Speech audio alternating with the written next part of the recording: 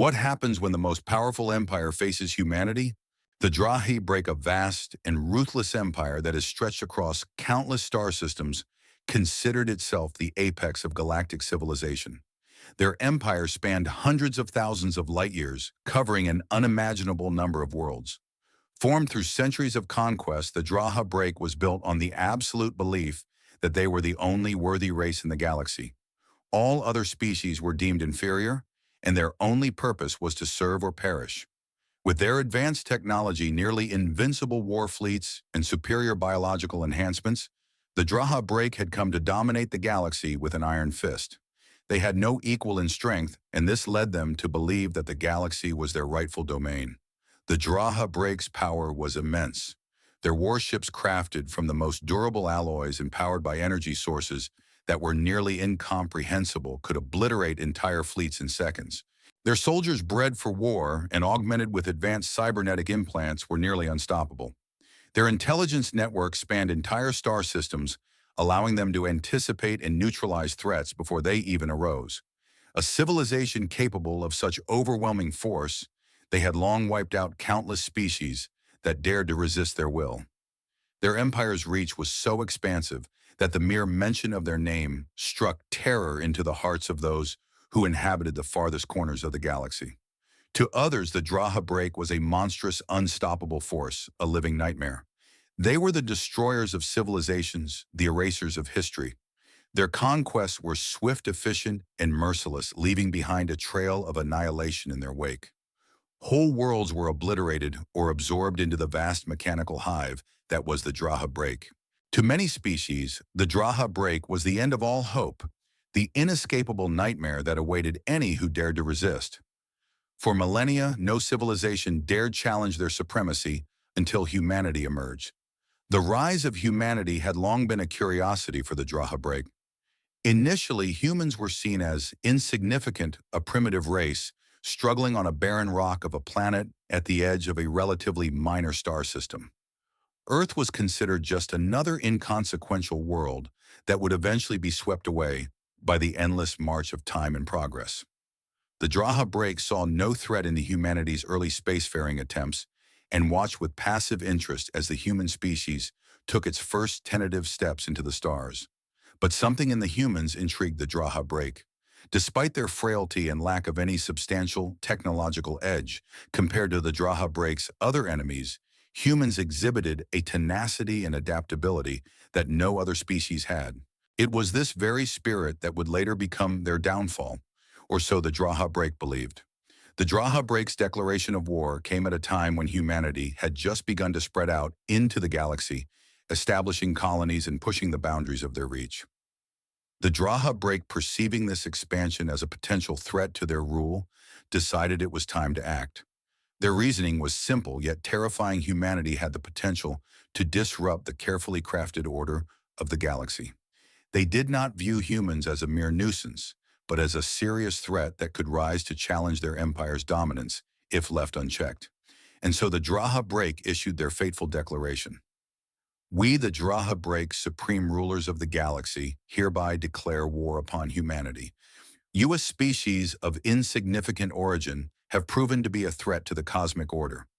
Your continued existence stands as an anomaly in the grand design of evolution.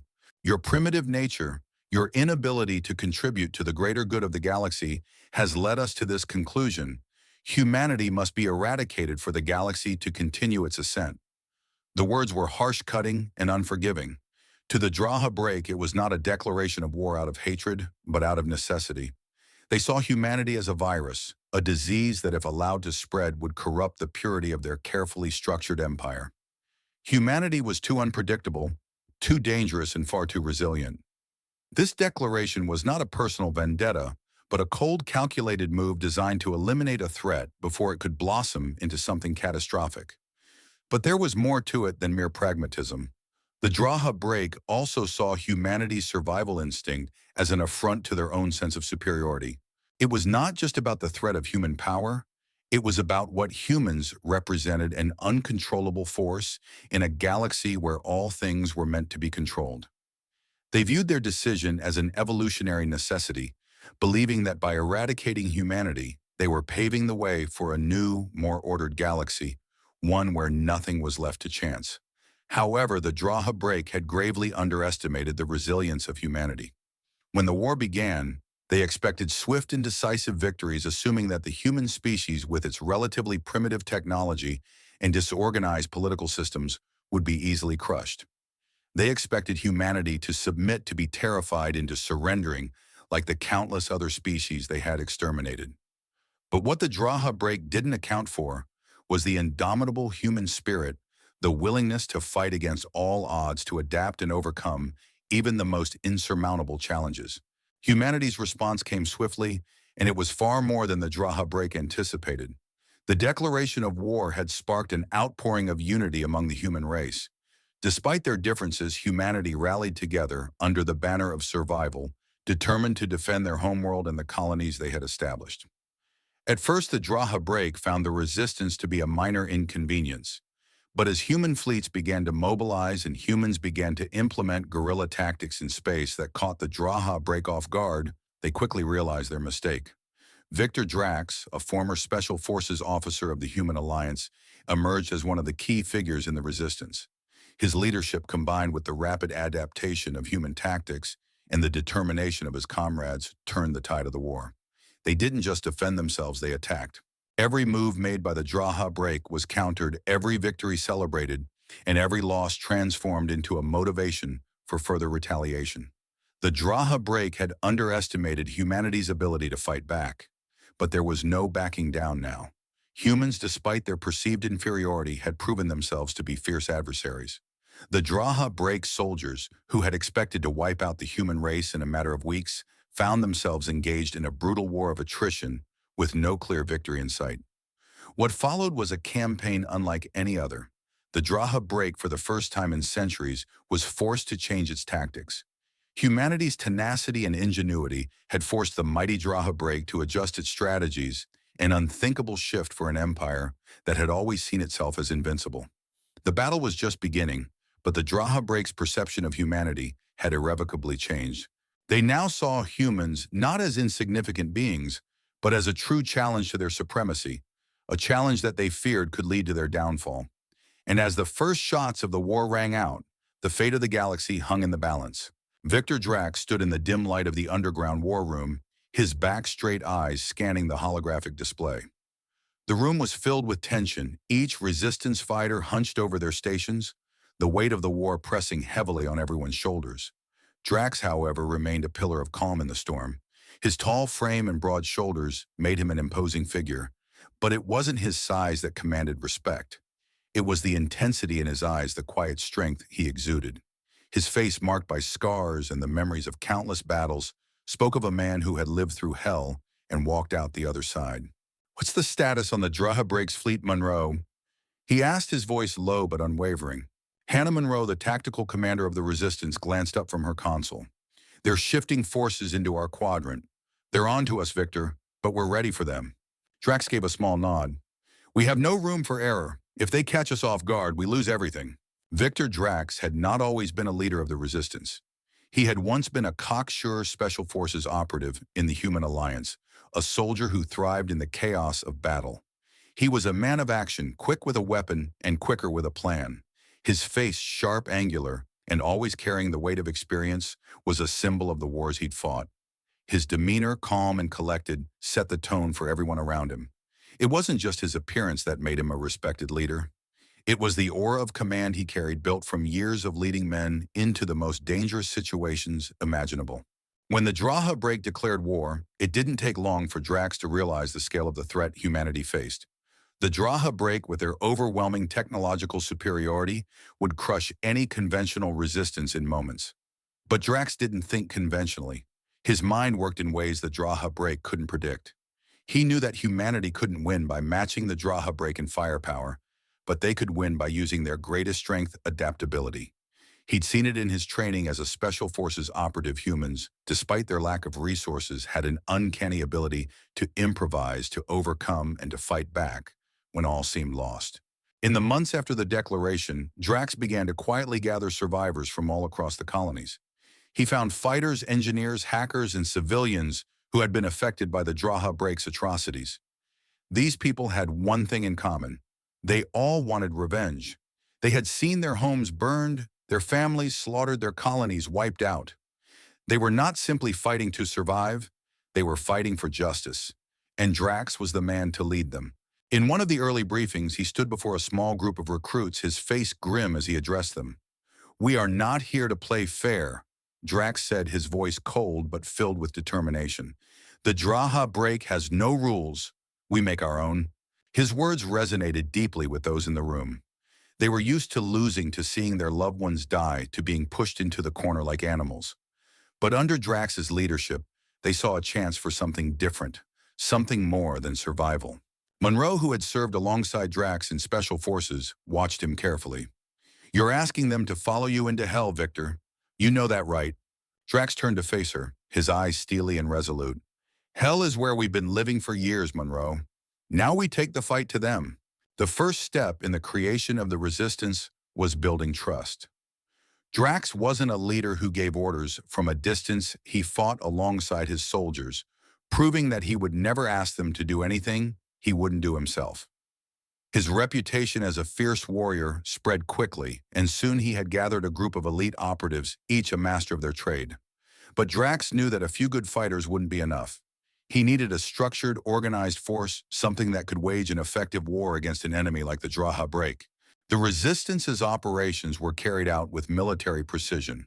Drax established a strict code of conduct. Training was intense, with each member of the Resistance pushed to their limits. Every day was a test of endurance, skill, and mental toughness. Drax was relentless in his pursuit of excellence, knowing that their survival depended on their ability to strike fast and hit hard. "We don't have the luxury of making mistakes," he said to his soldiers during a training session. "One slip-up could mean the difference between life and death for all of us. You will fight not just for yourselves, but for every single person the Draha break has ever destroyed." The Resistance worked in small, highly mobile cells. Each group operated independently, executing operations deep in Draha, break-controlled territory. Drax's strategy was to keep the enemy off balance, striking at their weak points without ever giving them a chance to retaliate effectively. The Draha break's vast empire, while powerful, was also spread thin. Drax understood that if they could disrupt supply lines, sabotage key facilities, and cause confusion within Draha break ranks, they could slowly start to turn the tide. "We are not going to face them head-on," Drax told his commanders. "We are going to bleed them out bit by bit until they can't even recognize us as a threat. By then, it'll be too late for them to stop us." The early operations were simple but effective. The Resistance would infiltrate Draha break supply depots, disable their communications, and destroy their fuel reserves. Each success was a victory not just on the battlefield, but in the minds of the humans they were trying to inspire. The Draha break had grown complacent, believing humanity was a dying race. But now, with every strike, humanity was sending a message: we are not dead. We will never be dead. The atrocities committed by the Draha break were a constant reminder of why they fought. Entire human colonies had been obliterated, not just through conventional bombing, but through horrific weapons that turned entire populations into nothing more than ashes. Families had been torn apart. The elderly and children had been slaughtered in cold blood. The Draha break didn't see humans as people, they saw them as nothing more than a problem to be solved. One of Drax's lieutenants, a former soldier named Kira, approached him after a mission. "How do we fight for revenge, Victor?" she asked. "How do we channel all this hatred into something useful?" Drax looked at her for a moment, his face hard but calm. "We fight because every life they took was worth more than the Draha break will ever understand. We fight because they think they can erase us. We'll show them they were wrong." Drax's personal vendetta against the Draha break ran deep. He had lost friends, brothers in arms, when Draha break forces wiped out an entire colony where he had once been stationed. Those men had fought with him, died with him, and now their deaths would fuel his every decision, his every move. It wasn't just about winning the war. It was about ensuring that those who had been lost were never forgotten. As the Resistance grew in strength and number, they knew that they were becoming more than just a rebellion. They were a symbol of humanity's refusal to be exterminated. Under Drax's leadership, they would not just survive, they would make the Draha break pay. "Let them come," Drax said, his voice low, filled with quiet fury. We'll show them that humanity doesn't fall. Not now. Not ever. Seraphim stood tall and unyielding, his dark eyes scanning the battlefield hologram. He was a figure of immense authority within the Draha. Break, a cold and calculating strategist whose military acumen had earned him a reputation as one of their finest commanders. His physical appearance, however, was not typical of the Draha Break elite. Unlike the towering, physically imposing Draha Break soldiers, Seraphim had the appearance of a human, a stark contrast to the grotesque, almost insect-like visage of most Draha Break leaders. His skin was a light olive tone, his features sharply defined, a high aristocratic forehead, piercing eyes set under heavy brows, and a jawline that looked chiseled from stone. His face, human in its symmetry, was often calm, cold, and unreadable, but it carried a subtle hint of something more, a memory of his past, a lingering humanity. His short dark hair and well-maintained beard only further reinforced his resemblance to a human, making him seem almost out of place among his Draha Break peers. The Draha Break, on the other hand, were a race entirely different from humans. Their appearance was grotesque by human standards: elongated limbs, pale, almost translucent skin that shimmered under light, and eyes that seemed to glisten with an unnatural glow. Their faces lacked the expression of warmth or empathy, often appearing emotionless or even monstrous. They were a race bred for conquest, their genetic makeup altered over millennia to serve the needs of the Draha Break Empire. They were in every way the polar opposite of humans, cold, calculating, and detached from the values of individuality or emotion. Seraphim, however, had always been an enigma, a figure caught between two worlds. While his outward appearance seemed to mark him as one of the Draha Break's own, there was something in the way he carried himself, a lingering sense of humanity, of something more than just cold ambition. He was different, and it was this difference that would eventually lead to his betrayal. The truth behind Seraphim's origins was known only to a few. He had once been human, born on Earth. As a young man, Seraphim had been a gifted soldier, drafted into the ranks of the Human Alliance's military. His talents were immediately recognized, and he quickly rose through the ranks, gaining the attention of Draha Break scouts during a covert mission. The Draha Break, always seeking ways to expand their empire, had begun to experiment with human soldiers, enhancing them with advanced technology and manipulating their genetics to better serve the Draha Break cause. It was during this dark period of human history that Seraphim's loyalty had been tested. Faced with the opportunity to serve the Draha Break as one of their elite commanders, he had made the fateful decision to abandon his homeworld and join their ranks.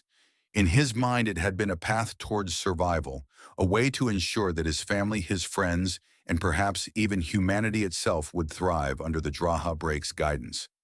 The Draha Break had promised him power, advancement, and a place among the stars. They gave him a new identity, a new life, and in a sense erased his past. But over time, the truth became clear to Seraphim: the Draha Break were not saviors. They were tyrants. Their plan to wipe out humanity had been cold, ruthless, and inhumane. He had been part of it, watching as the Draha Break eradicated human colonies, enslaved the survivors, and destroyed entire cities. He had helped orchestrate these attacks, but each victory felt less like a triumph and more like a betrayal of the ideals he once held. The realization gnawed at him, and soon he could no longer live with the weight of his actions. That was when he made his decision. He would betray the Draha Break. Seraphim reached out to the human resistance, offering them critical information intelligence that had been buried deep within the Draha Break's military plans. The information he provided was nothing short of game-changing. It was a detailed map of the Draha Break's most sensitive supply chains, complete with weaknesses, vulnerabilities, and the locations of key infrastructure nodes. This intelligence would allow the resistance to cripple the Draha Break's military capabilities without directly engaging in a head-to-head battle. The value of this information was immeasurable. It was a strategic advantage that the resistance could use to level the playing field and start dismantling the Draha Break's war machine from within. The resistance was initially skeptical. They knew who Seraphim was, one of the Draha Break's highest-ranking officers, a man who had once been part of the machine that sought to wipe them out. Could they trust him?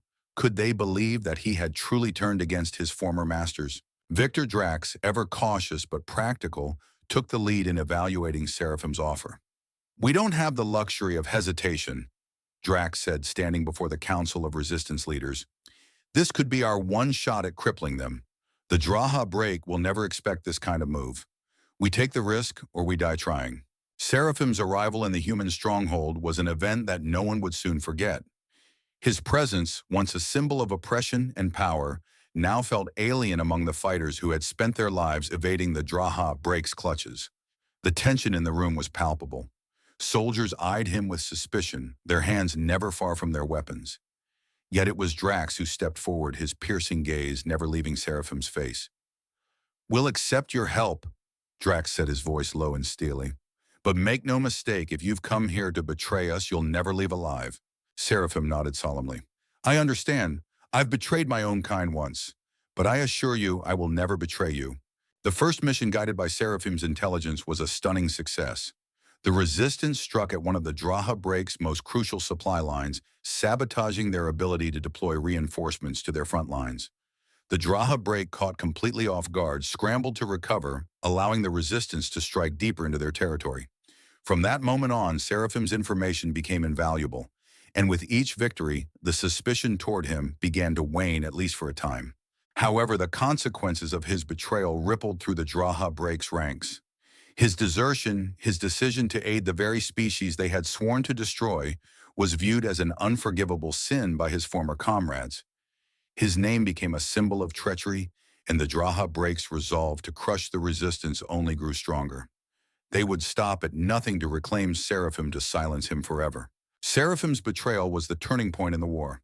His defection shifted the balance of power. It not only provided the resistance with a tactical advantage, but it also struck at the heart of the Draha break's confidence. The Draha break had believed that their empire was unshakable, that their leaders were unbreakable. But now a man who had once been one of their own was showing the galaxy that even the mightiest could fall. As Drax watched Seraphim work with the resistance, he couldn't help but wonder, could he be trusted? The scars of betrayal ran deep, and while Seraphim's actions had proven invaluable, the question of loyalty still loomed. How could anyone who had once chosen the Draha break over his own people be trusted again? But for now, the resistance had no choice but to use Seraphim's knowledge to their advantage. In the war for humanity's survival, there was little room for sentiment. "Remember this, Seraphim," Drax said one night, his voice cutting through the silence. "You're with us now. If you ever turn on us again, I'll personally see to it that you never make it out alive." Seraphim nodded, the weight of his past heavy on his shoulders. But for the first time in years, he felt a sense of purpose. The Draha break had taken everything from him, but now he would help take it all back. The first counterattack by humanity against the Draha break was not just an offensive, but a declaration.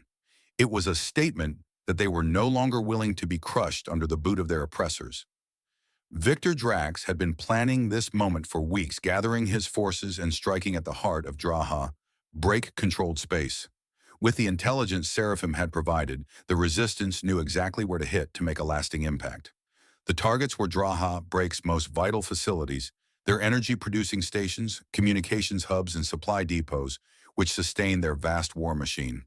The first attack was on a Draha break energy station, located on the barren moon of a distant planet, which supplied power to several Draha break fleets operating in the region. The station was heavily guarded, its exterior bristling with defensive turrets and orbital drones. The Resistance's initial plan was straightforward, but incredibly risky. Drax had split the operation into two main parts. A small infiltration team led by Drax himself would infiltrate the station from the ground, while another unit would launch a space assault to distract Draha break forces.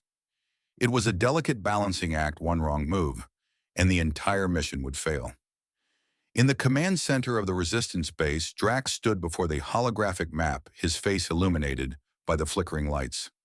The room was filled with tension, but Drax was as calm as ever. "We have one chance to do this right," he said, his voice cold and steady. "If we fail, there won't be a second chance.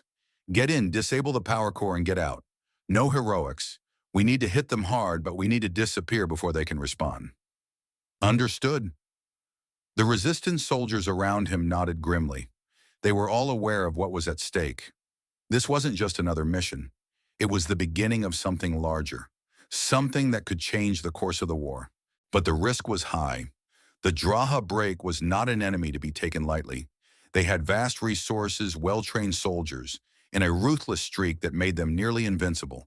And yet humanity had something the Draha break lacked: unpredictability, resourcefulness, and a will to fight back. As the mission began, Drax led his small team of elite operatives down to the moon's surface. The ground was rocky, barren, and silent, save for the low hum of the Draha break's defenses in the distance. The team moved swiftly, using the cover of darkness to conceal their movements. "Stay sharp," Drax whispered into his comms. "One mistake, and this whole plan is over before it even starts." The infiltration team made their way to the energy station's outer perimeter. The Draha break's defenses were formidable turrets mounted on every corner, automated sentry drones scanning the area for any sign of movement. But the Resistance knew this terrain. They had studied the station's layout for weeks using the blueprints that Seraphim had provided. They knew when to move and when to hide, when to strike and when to retreat. Drax's heart pounded in his chest, but his face remained stoic. He had been in situations like this before, too many times to count. The difference now was the stakes. This was no longer just about survival. It was about turning the tide of the war. It was about showing the Draha break that humanity would not bow to their will. "On my mark," Drax whispered. 3, 2, 1. They moved in unison like a well-oiled machine. The team darted between the shadows, slipping past the turrets with an eerie precision. As they reached the main entrance, Drax motioned for the explosives specialist Caden to take over. The young man, who had seen his entire family wiped out by Draha break forces, set the charges with swift hands. "We're good to go," he said, his voice steady despite the tension in the air. The countdown began. 5 minutes. We plant the explosives, we get out, no exceptions. The Resistance team moved into the heart of the station, where the massive energy reactors powered the Draha break fleets. The station was cold, lifeless, with no signs of the activity Drax had expected. It was almost too quiet. "They're expecting us," Drax muttered. "Stay alert." They planted the charges, but just as they were about to leave, the alarm went off. Red lights flashed and the station went into full lockdown. The Draha break had detected their presence. "We're running out of time," Drax barked. "Fall back to the extraction point now." The team moved as one, but the Draha break forces were quick to respond. Drax's mind raced as the sound of blaster fire echoed through the station's hallways. "Move, move!" he shouted. Outside, the space assault had begun. The second resistance cell, led by Hannah Monroe, had engaged the Draha break fleet in orbit, drawing their attention away from the ground operation. The plan was working so far, but they couldn't afford to wait any longer. Just as the Resistance team reached their extraction point, the entire facility erupted in a massive explosion. The power core detonated, sending shockwaves through the moon's surface and into the surrounding space. The Draha break's energy supply was crippled, and for the first time, humanity had dealt a significant blow to their oppressors. As the Resistance ships pulled away, Drax allowed himself a moment of relief, but only a moment. "That's one down. Now we move to the next." Back at the Resistance's command center, the atmosphere was electric. The news of their success spread quickly, and morale surged. It wasn't just the destruction of the station that was important, it was the message it sent to the Draha break. The humans were not going to sit idly by while their species was eradicated. They were fighting back, and they were winning. But it wasn't just the Resistance that felt the impact of this victory. The Draha break, despite their overwhelming strength, were caught off guard. They had expected a quick and decisive war, one that would leave humanity broken and subjugated. But the first victory by the humans created a ripple effect across the galaxy. Many of the civilizations that had fallen under the Draha break's boot began to take notice. Species like the Kvar, whose homeworld had been stripped of its resources and its people enslaved, saw the potential for revolt. The Tyrex, a mercenary species who had long been subjugated by Draha break forces, found new hope in humanity's courage. The Draha break had enslaved and destroyed entire civilizations without hesitation, but now they were facing an enemy that wasn't willing to bow down. News of the human victory spread like wildfire, and for the first time in centuries, a spark of rebellion began to ignite in the hearts of the oppressed. On the front lines, the Draha break scrambled to respond. The attacks were unpredictable, the resistance relentless. For every blow they dealt, the Draha break would retaliate, but they were no longer fighting a defeated species, they were fighting a race that refused to stay down. The second battle, a confrontation between the Resistance and Draha Break forces near the gas giant Kala, was the turning point. The humans had managed to assemble a fleet of their own composed of ships they had stolen, salvaged, and retrofitted over the past few months. The Draha Break, arriving with their formidable fleet, expected an easy victory. The human ships were smaller, less advanced, but they had something the Draha Break lacked: a deep understanding of guerrilla tactics. The battle was fierce. The human ships darted between the gas giants' moons and debris fields, using the environment to their advantage. The Draha Break's massive warships struggled to track them. "They're too fast," one of the Draha Break officers shouted into his comms. "They're like ghosts." Victor Drax watched the battle unfold from his ship, his eyes fixed on the Draha Break fleet. "Don't give them an inch," he ordered, his voice steady as ever. "We don't fight fair, and we don't fight clean. Hit them where it hurts." The Draha Break's flagship, a massive dreadnought, loomed ahead, its guns firing relentlessly at the scattered human fleet. But it was too late. Using their knowledge of Draha Break tactics, the Resistance launched a series of devastating attacks on the dreadnought's weak points, sabotaging its shields and targeting its main engines. The battle lasted hours, but when it was over, the Draha Break flagship was in ruins, its crew forced to abandon ship. For the first time, the Draha Break had been forced to retreat. The victory was bitter, costly, but it was a victory nonetheless. As the dust settled, Drax stood on the bridge of his ship, watching the stars ahead. "This is just the beginning," he said quietly, his voice filled with quiet resolve. "The Draha Break thought they could crush us, but now they know we are a force to be reckoned with." Under the steady leadership of Victor Drax and Hannah Monroe, the human resistance began to evolve from a ragtag group of survivors into a well-organized, strategically driven force. The initial victories against the Draha Break had been significant, but they were only a small part of the larger war. Drax and Monroe knew that to win, they couldn't rely on blind luck or desperation alone. They had to outthink the Draha Break, use their enemy's own strengths against them, and strike where it would hurt the most. The strategy was simple, but devastatingly effective: target the Draha Break's weak points. This was something the Draha Break hadn't expected. For centuries, their empire had been built on overwhelming force and fear. They were used to facing enemies who would engage them head-on, attempting to overpower them with brute force. But the humans led by Drax and Monroe were different.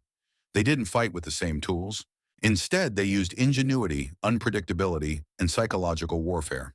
Drax, with his experience as a special forces leader, took the fight to the Draha Break with a meticulous eye for detail. He began by studying Draha Break tactics, learning how they thought, how they moved, and how they reacted under pressure. He understood that to defeat an enemy as powerful as the Draha Break, they needed to exploit their overconfidence. "You don't win a war with brute force alone," Drax often said to his commanders. "You win it by getting inside your enemy's head." One of Drax's earliest moves was to target Draha Break supply lines, which had always been their Achilles heel. The Draha Break relied heavily on vast networks of supplies, fuel, food, munitions, to maintain their military might. By hitting these targets, the Resistance would slow down the Draha Break's ability to launch major operations. The attacks were surgical and strategic, often carried out in the dead of night when the Draha Break would least expect them. These small victories gradually wore down the Draha Break's resources, causing ripples throughout their ranks. It wasn't just about disabling equipment, it was about demoralizing the Draha Break. Every successful strike left them questioning their own invincibility. Monroe, with her tactical genius, played a critical role in executing these strategies. She coordinated the Resistance's forces, ensuring that each mission was perfectly timed and that no resources were wasted. "We have to hit them where it hurts most," Monroe told her officers during one briefing. "We target their supply depots, their energy stations, and their comm hubs. Every piece of infrastructure we destroy makes them weaker."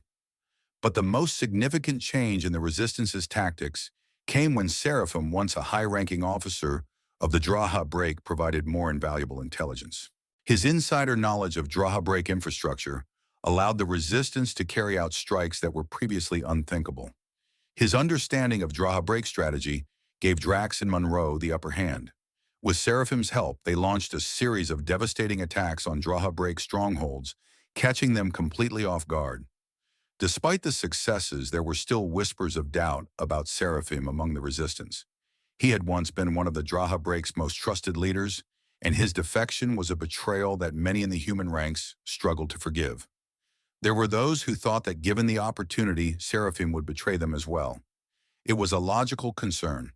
How could they trust someone who had once betrayed his own kind? Victor Drax, however, was not one to let personal feelings cloud his judgment. He understood that war was about survival, not sentiment. In his eyes, Seraphim had proven his loyalty by helping them defeat the Draha Break. Every piece of intelligence he provided, every strategy he shared, had been instrumental in tipping the scales in favor of the resistance. For Drax, that was enough to justify keeping Seraphim in their ranks. "Yes, he's a traitor," Drax admitted to his officers, his voice as cold as steel.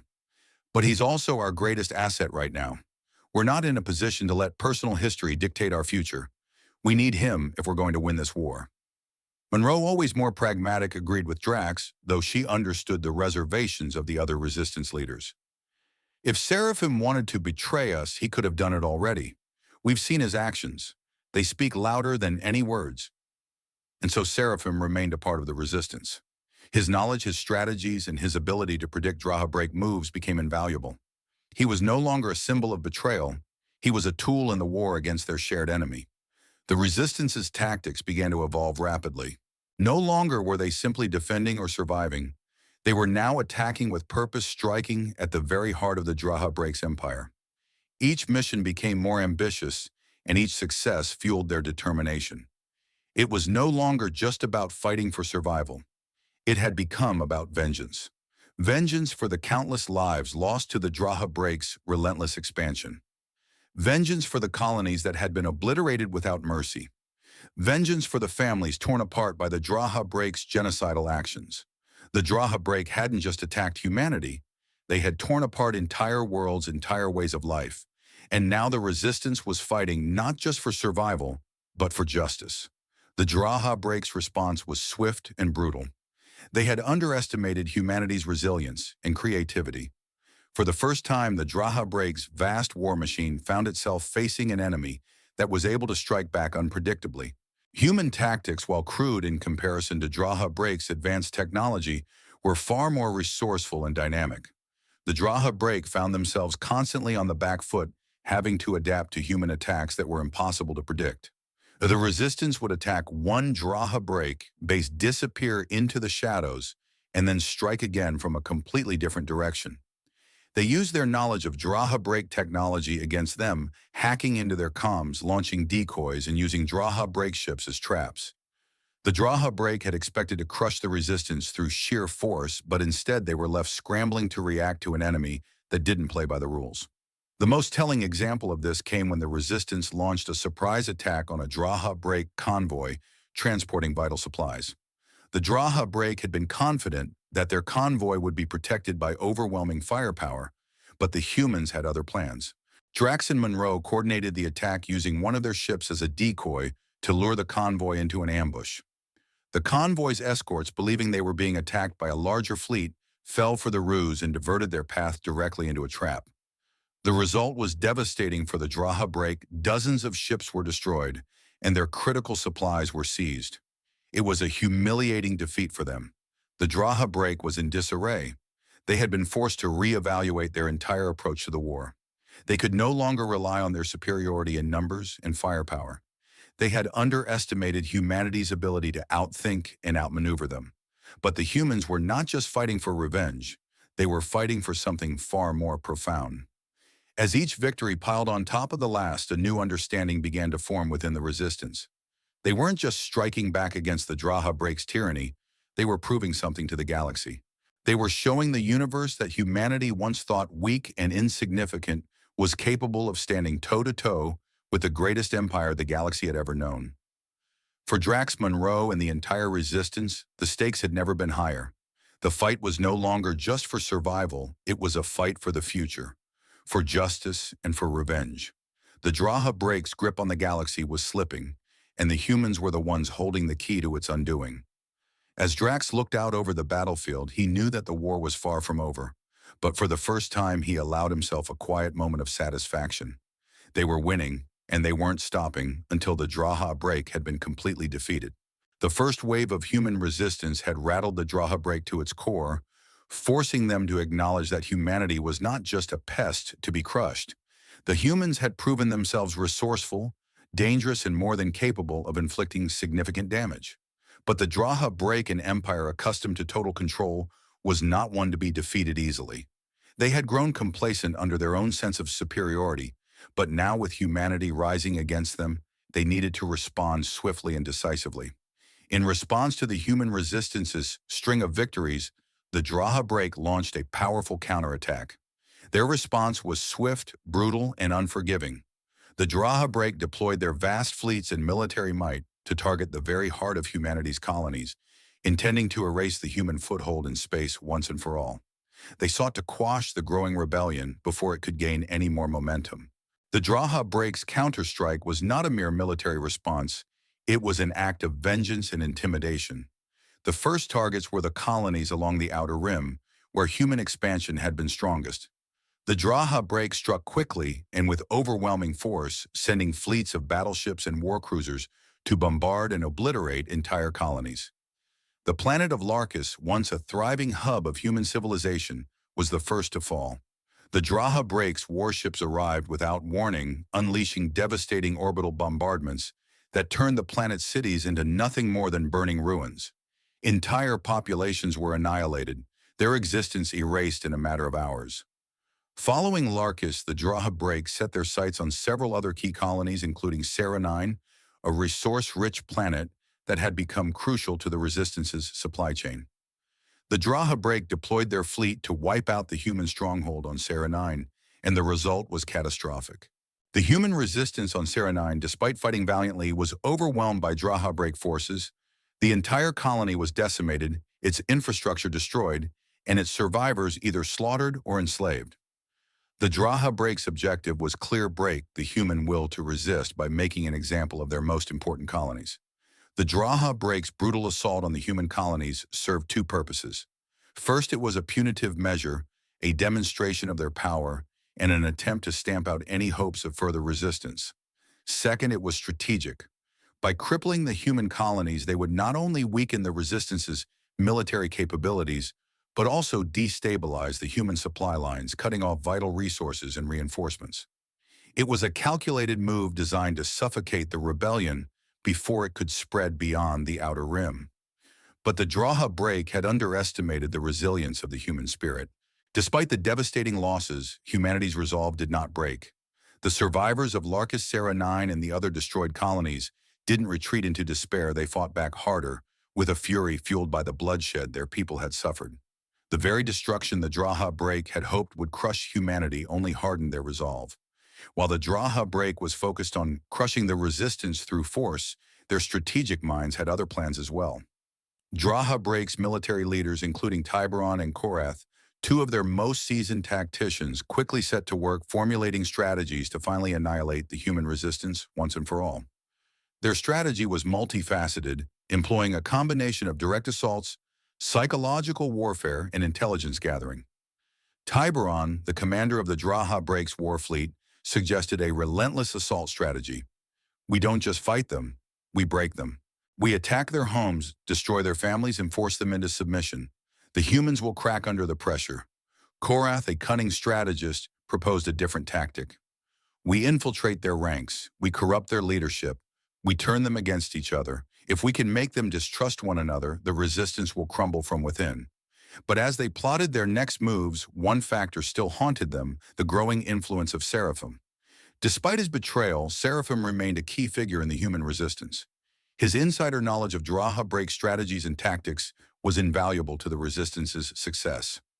Seraphim had become a traitor in the eyes of his former commanders, and they were determined to silence him to erase the stain of his betrayal.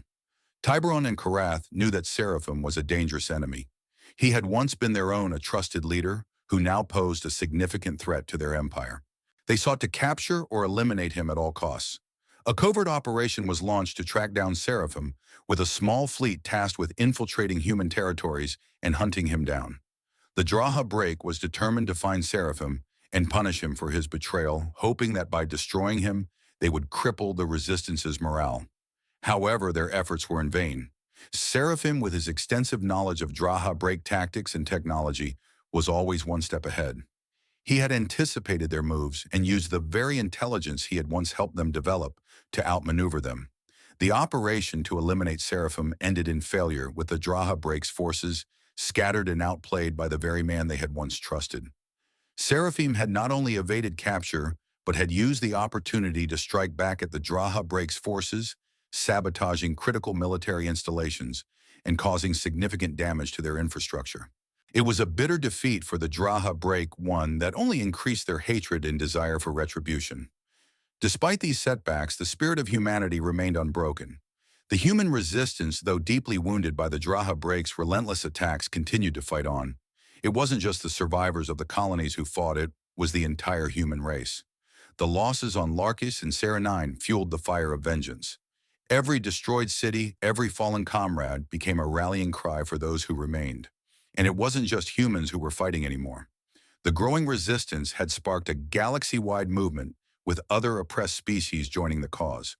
The Kavar, the Tyrex, and even the Voln, long subjugated by the Draha break, began to lend their strength to the fight.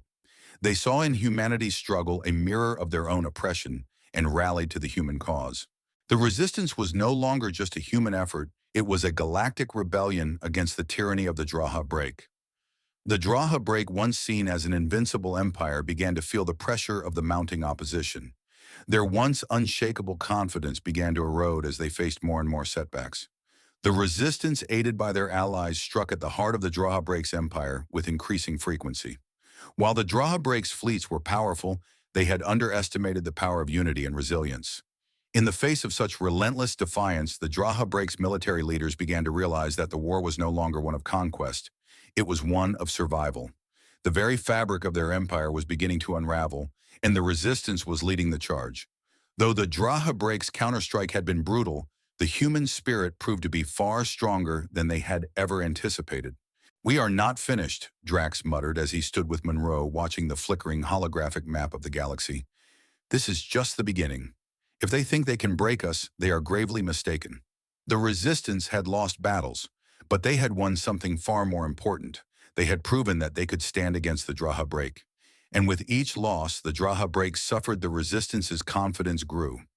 The war was far from over, but now humanity was fighting not just for survival, they were fighting for their very future, and they would not back down. The Draha break, once a colossal empire that controlled vast regions of the galaxy, was beginning to show signs of fragmentation. The human resistance, bolstered by the unexpected defection of Seraphim and their strategic brilliance, had successfully inflicted a series of humiliating defeats. The once unshakable confidence of the Draha break was now in tatters. Every strike against them only highlighted the weaknesses they had long ignored. Their military might was being systematically eroded by a force they had considered insignificant. Despite the Draha break's counterattacks, their efforts had faltered. The bombings of human colonies, the mass executions, and the relentless hunt for the resistance all proved ineffectual. The humans, led by Victor Drax and Hannah Monroe, had not only survived but fought back with a fury the Draha break had not anticipated. Every victory made the Draha break's position more precarious, further eroding their hold on the galaxy. Seraphim, once considered a traitor, had now become an indispensable ally to the human resistance. His inside knowledge of Draha break strategy, his predictions of enemy movements, and his leadership skills made him a vital asset. Drax and Monroe, who had initially viewed Seraphim with suspicion, gradually came to trust him. What had once been a begrudging acceptance of a necessary ally had turned into genuine respect. Seraphim's actions, the intelligence he provided, and his growing involvement in key operations had proven his loyalty to humanity, a loyalty that was now unquestioned. As the tide of the war turned, Drax and Monroe began to rely on Seraphim for even more critical tasks. He was appointed as the chief strategic commander of the human forces, overseeing all major military operations. It was a position that mirrored the one he had held in the Draha break, a role he had once occupied with unparalleled authority. But the full extent of Seraphim's past, his true role, was something Drax and Monroe were not yet aware of. It was during a private briefing late into a long strategy meeting that Seraphim revealed the last crucial piece of the puzzle. "I need to tell you something," Seraphim said, his voice solemn as he approached Drax and Monroe. They both turned to face him, sensing the gravity of his words. Everything you've believed about me, it's not the full truth. Drax raised an eyebrow, his tone sharp. What do you mean? Seraphim took a deep breath, his expression hardening as he looked at the two leaders who had come to rely on him. I wasn't just a Draha break officer. I wasn't just a high-ranking traitor. I was the commander of the Galactic Security Forces, directly reporting to the High Council of the Universe Federation, the highest governing body in the galaxy. My mission was never to betray humanity. My mission was to infiltrate the Draha break, to gather critical intelligence, and to uncover secrets they've been hiding for centuries. Monroe looked stunned, her jaw tightening as the weight of Seraphim's words sank in. You mean, all along you were working for the Universe Federation? Seraphim nodded, his face grim. Yes, the High Council suspected something was wrong within the Draha break. They had become too powerful, too secretive. The truth about what they were planning needed to be uncovered. I was tasked with infiltrating their ranks, gaining their trust, and investigating their darkest secrets. Everything I did, every move I made, was part of a larger plan to expose the Draha break from the inside. My defection, it was part of the act. I had to make it believable. I had to make them trust me. Drax and Monroe were silent for a moment, processing this revelation. The man they had trusted to lead them, the one who had been with them through so many critical operations, had been playing a deeper game all along. The shock was palpable, but as the pieces fell into place, both understood the enormity of Seraphim's role. This entire war, Drax said quietly, wasn't just about fighting for humanity's survival. It was about taking down the Draha break from within. Seraphim's expression softened. Yes, and now with your help, we have the chance to finish it. The Draha break's secrets, the ones they've been hiding, they're far darker than you think. We need to expose them, or the galaxy will never be free. With this revelation, the trust that Drax and Monroe had placed in Seraphim reached a new level. He was no longer just a defector. He was an ally with a mission that transcended any personal vendetta. His loyalty was now unquestionable, and his strategic expertise had become invaluable. Meanwhile, the cracks within the Draha break continued to widen. The repeated failures on the battlefield had begun to affect the morale of the Draha break's top military leaders. Tiburon, one of the Draha break's most respected generals, had long been a staunch believer in the Empire's superiority. But after suffering a string of defeats, he began to question everything he had once believed in. Korath, a cunning tactician, known for his ruthless efficiency, shared similar doubts. Together, they began to see the writing on the wall. The Empire was crumbling from within. We can't keep doing this, Korath said one evening, his voice laced with frustration. Every time we plan an assault, we end up retreating. Our fleets are decimated, and our command structure is falling apart. If this continues, there will be nothing left to rule. Tiburon slammed his fist on the table, his anger palpable. But we can't just let them win, Korath. The Draha break is everything we've ever known, everything we fought for. Korath looked at him coldly. It was everything we knew, but it's not the Empire we're fighting for anymore. It's falling apart. I don't know how much longer we can keep pretending. The growing dissension among Draha break's generals was becoming harder to ignore. Some of the Draha break's most loyal officers, disillusioned by their repeated failures, began to question their loyalty to the Empire. The cracks that Seraphim had seen from within were now evident to the highest levels of Draha break command. The tipping point came when Seraphim, with his unparalleled knowledge of the Draha break's inner workings, led the resistance in a direct assault on the Draha break's central command hub. This operation was nothing short of audacious. The heart of the Draha break's military infrastructure was heavily fortified, but Seraphim knew its weak points. He had helped to design its defenses, and now he was turning that knowledge against his former masters. The attack was devastating. Using a combination of surprise tactics and overwhelming force, the human resistance backed by their allies struck at the very core of the Draha break's power. The Draha break's response was frantic, but they were no longer the well-oiled machine they once were. Their military command was fragmented, their generals at odds, and their forces stretched thin. In the aftermath, the Draha break found themselves reeling from the loss. Key military installations had been destroyed, and the Resistance had gained unprecedented access to Draha break-controlled space. It was clear to everyone, even within the Draha break's ranks, that the Empire was in freefall. "We're winning," Drax said, his voice steady but full of determination. "But we can't stop now. This is the beginning of the end for the Draha break, and we'll be the ones to bring it down." As the Resistance grew bolder, more coordinated and stronger, the Draha break's once unshakable power crumbled. What had begun as a desperate struggle for survival had transformed into a movement that could not be stopped. The war was far from over, but the pieces were finally in place for the Draha break's collapse. The humans and their allies had become an unstoppable force, and the Draha break was left scrambling to preserve what little remained of their once glorious empire. As the war raged on, the humans were no longer just fighting to survive. They were now engaged in a full-scale battle to dismantle the Draha break once and for all. With every victory, the Resistance grew bolder, more organized and more determined. And while Seraphim had been a crucial asset in shaping their strategy, it was only now that he revealed the final, most shocking truth about the Draha break's true intentions. One night in the dimly lit war room, Seraphim gathered Drax and Monroe for an urgent briefing. His face was grim, more serious than they had ever seen him. "I've been sitting on this for far too long." He began, his voice low and filled with a weight that made both Drax and Monroe listen intently. "The Draha break is not just trying to conquer the galaxy. That's a lie they've sold to every world they've crushed. What they really want is far worse." Drax raised an eyebrow, his voice filled with suspicion, but also curiosity. "What are you talking about?" Seraphim's eyes darkened. "The Draha break has been building something far more dangerous than anything we faced. They have been harvesting resources from the civilizations they've destroyed, not just minerals, not just technology, but something far more insidious. They've been gathering energy materials and rare elements to construct a system capable of altering the fabric of reality itself." Monroe's eyes widened. "You're telling us they've been building a weapon that can change the universe?"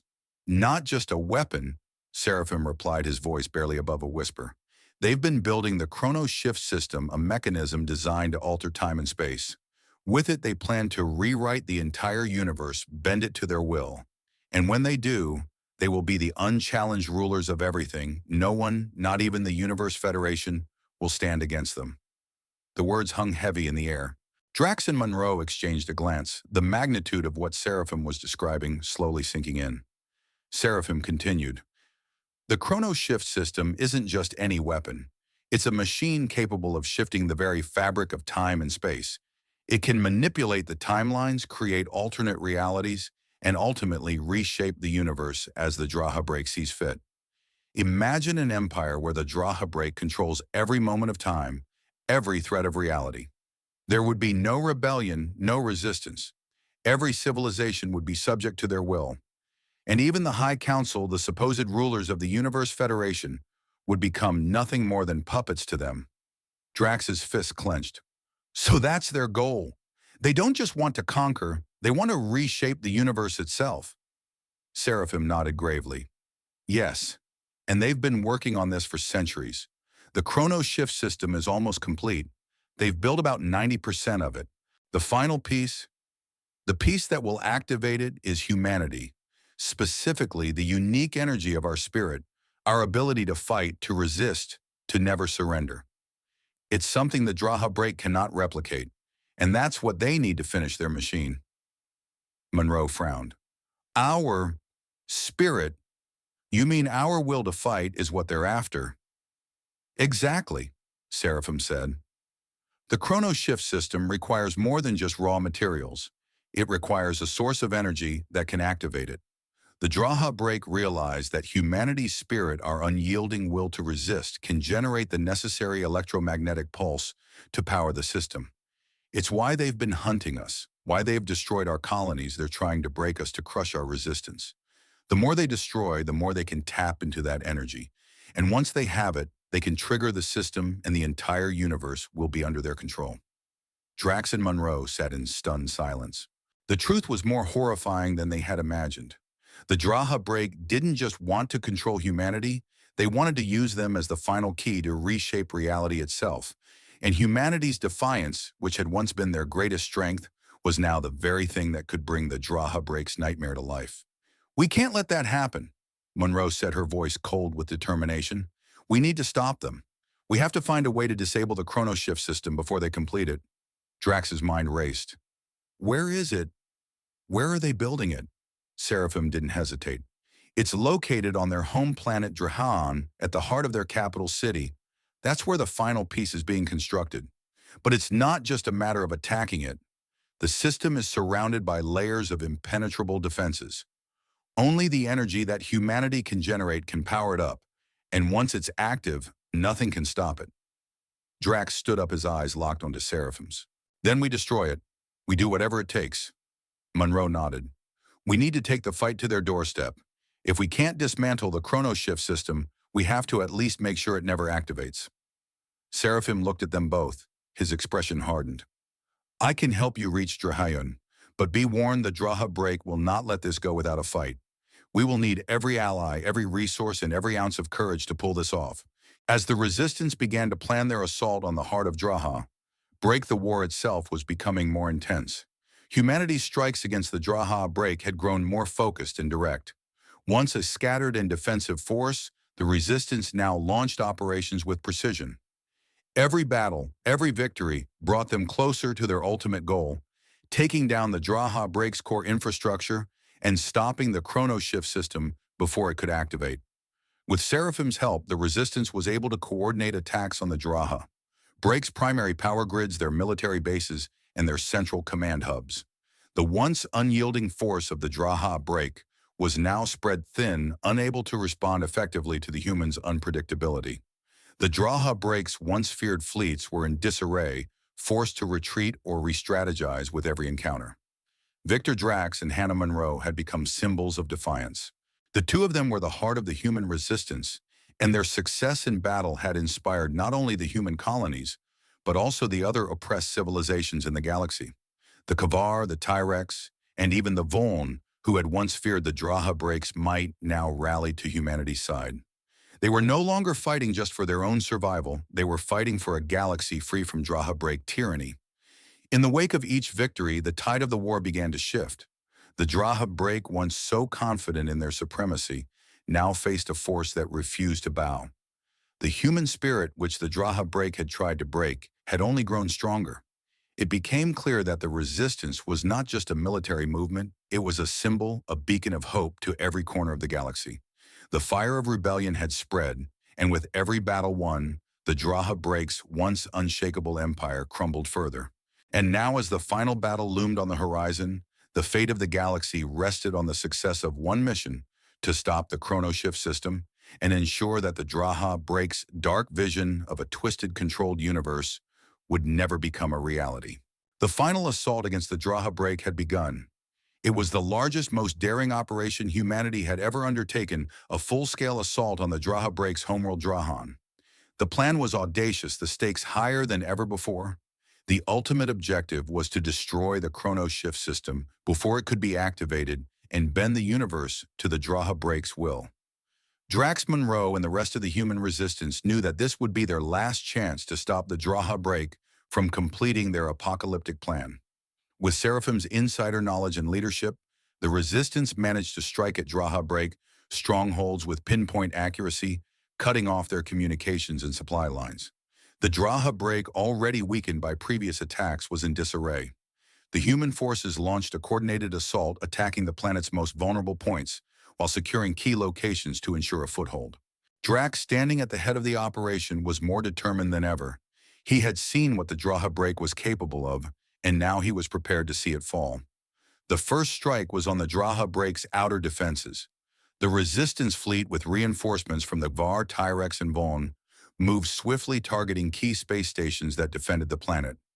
These stations, once thought to be impenetrable, were swiftly dismantled by the humans' expert tactics. The Draha Break, unable to keep up with the pace of the assault, found themselves on the defensive.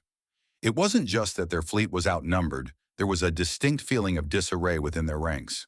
Their well-coordinated attack strategies had crumbled into a disjointed mess, and morale among their soldiers began to deteriorate. As the human fleet pressed on, the Draha Break's response was chaotic and reactive. What had once been a confident and united war machine had become fragmented.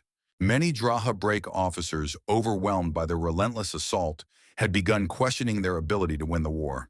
They had lost too much ground, and their fleets were being picked off one by one.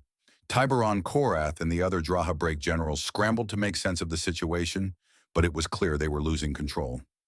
On the surface of Drahaan, the ground forces had begun their assault on the capital. Drax, Monroe, and Seraphim led the charge, pushing through Draha Break defenses with unparalleled precision. The Draha Break's once proud forces, used to crushing any opposition, now found themselves overwhelmed by the human onslaught. Their troops were disorganized, their command structure shaky. The soldiers who had once fought with ruthless efficiency were now retreating, their spirits shattered by the continuous defeats. The collapse in Draha Break morale was evident. Soldiers who once believed in the superiority of the Draha Break Empire began questioning their purpose. Some defected, dropping their weapons and surrendering to the resistance. Others fled the battlefield, unable to cope with the overwhelming pressure. It was as if the very fabric of the Draha Break's military had begun to fray. Reports flooded in of entire regiments abandoning their posts, some even joining the human resistance. The idea that a race they had considered inferior could cause the mighty Draha Break to falter was inconceivable to many, but it was happening in real time. Drax and Monroe stood on the command bridge of their flagship, watching as the tide of battle unfolded. Their success had come faster than they had anticipated. They had expected heavy resistance, a prolonged battle for control of Drahan. But instead, they were moving through the planet's defenses like a hot knife through butter. It was almost too easy. "I don't like this," Drax muttered, his eyes never leaving the battle map. "Something isn't right. It's happening too fast. This should be a fight to the death, not a retreat." Monroe stood beside him, her arms crossed. "I know what you mean," she said, her tone filled with suspicion. "The Draha Break isn't acting like itself. They're a machine. They don't just break apart like this." "Exactly," Drax replied. "The Draha Break should be fighting with everything they have. But instead, they're retreating. Their lines are crumbling. There's something more going on here, something we're not seeing."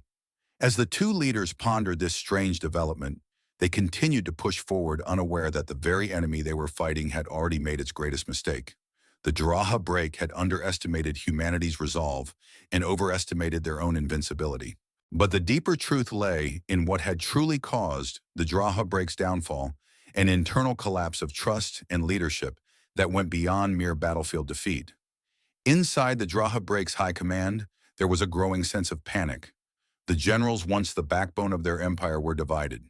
Some were already contemplating surrender, seeing the writing on the wall. Others, like Tiberon, were unwilling to accept the reality that the Draha Break could lose. Korath, who had always believed in the Draha Break's military supremacy, was the first to speak up, his voice trembling with fear. "How did this happen?" Korath demanded, slamming his fist on the table. "We had the upper hand. We should have crushed them long ago." Tiberon, his face drawn with exhaustion, shook his head. "Something has gone wrong. The chrono shift system, it's the key to everything, and we've failed to protect it. We're losing because of the Resistance's unpredictability. We've been so focused on our superiority that we didn't see this coming." The tension in the room was palpable. Draha Break officers, once loyal to the Empire, now found themselves divided between those who still believed in the cause and those who had already lost hope. The truth of the matter was that the Draha Break's final hope rested on the completion of the chrono shift system, but that final piece, the activation energy they needed from humanity, was slipping through their fingers. As the resistance grew stronger, the Draha Break's fate seemed more and more sealed. Drax and Monroe continued their march toward the heart of Draha Break power. The deeper they went, the clearer it became that the Draha Break had made a critical mistake. They had underestimated not just humanity's capacity for resistance, but the strength of their own internal collapse. The machine that had once been the terror of the galaxy was now faltering under its own weight. The human forces, emboldened by their victories, pressed forward, taking down one Draha Break stronghold after another. As Drax and Monroe made their way to the final objective, the Draha Break's central command, the Resistance, was no longer just fighting for survival. They were fighting to stop an empire that had built its power on fear, control, and conquest. And now that empire was unraveling piece by piece as humanity's unrelenting spirit pushed through the cracks. Monroe, standing beside Drax as they prepared to make their final push, looked at him with a mixture of exhaustion and determination. "We're almost there," she said softly. "But something still feels off. The Draha break is too weak for an empire this powerful. They've made a mistake." Drax nodded grimly. "They've miscalculated. But we're not out of the woods yet. The final piece, the chronoshift system, will be our biggest challenge. We need to stop it before it activates. If we don't, everything we fought for will be lost."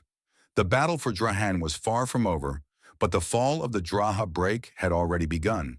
And as the resistance surged forward with every victory, propelling them closer to their ultimate goal, the universe watched, holding its breath, as the fate of the galaxy hung in the balance.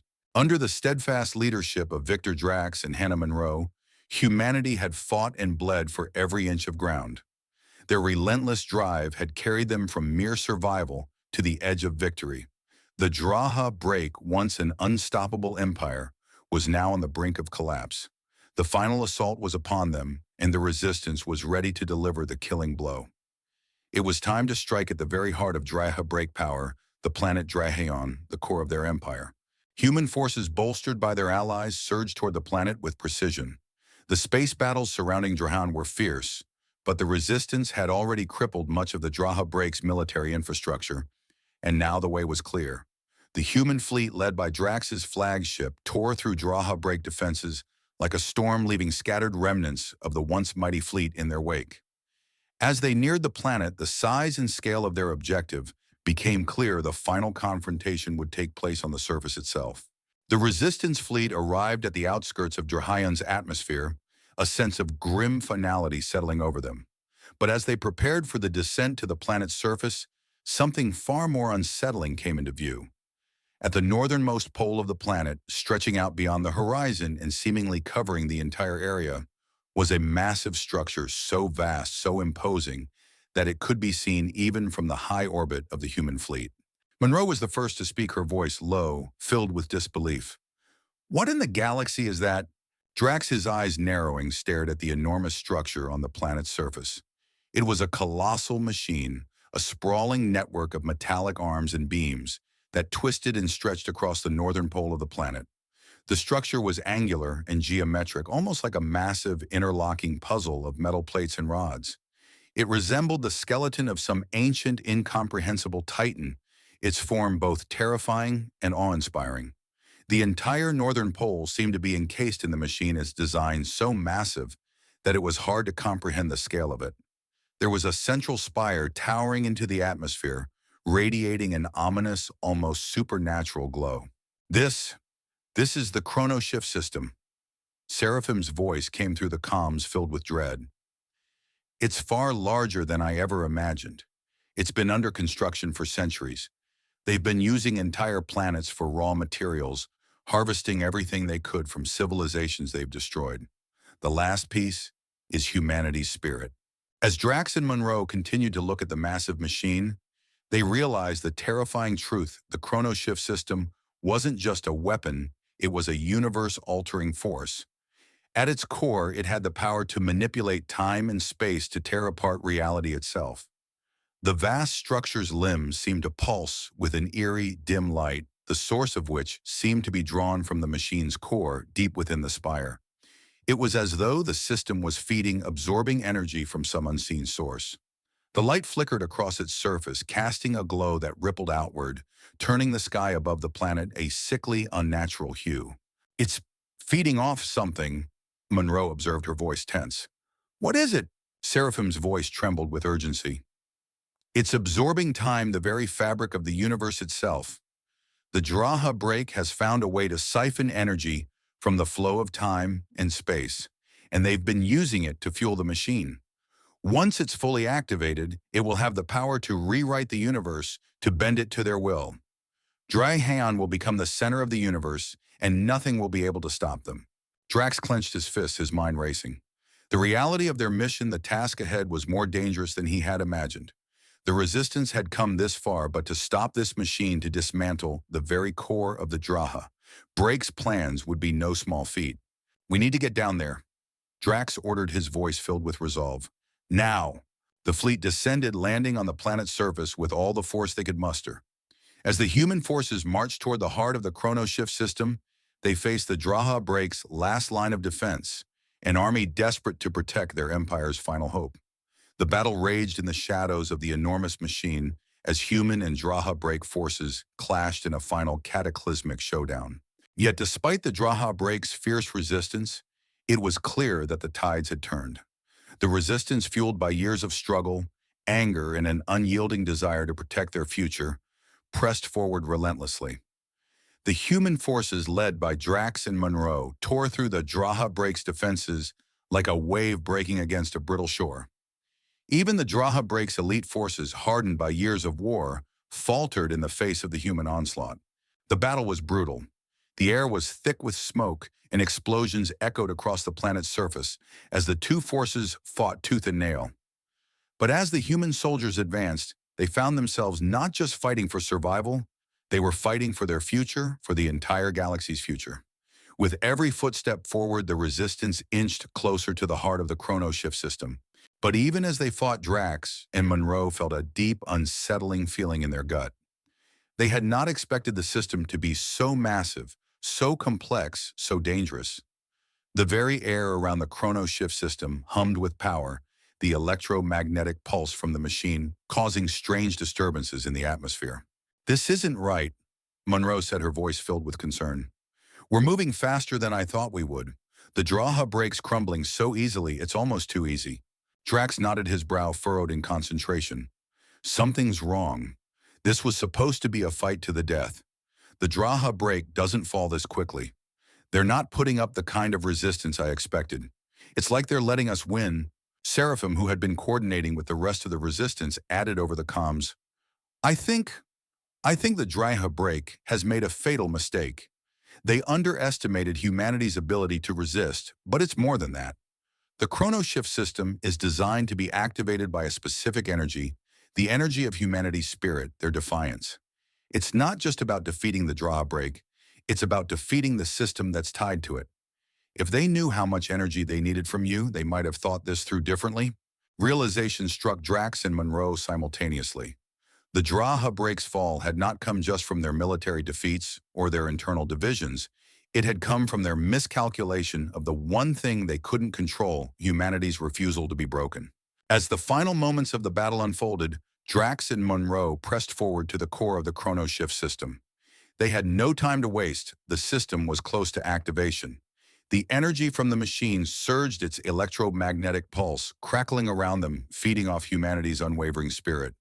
But it was not enough to complete the system. The final blow came as Drax and Monroe reached the heart of the machine, setting the explosives that would destroy it once and for all. As the countdown began, they stood together facing the enormous humming behemoth that had once threatened to control all of reality.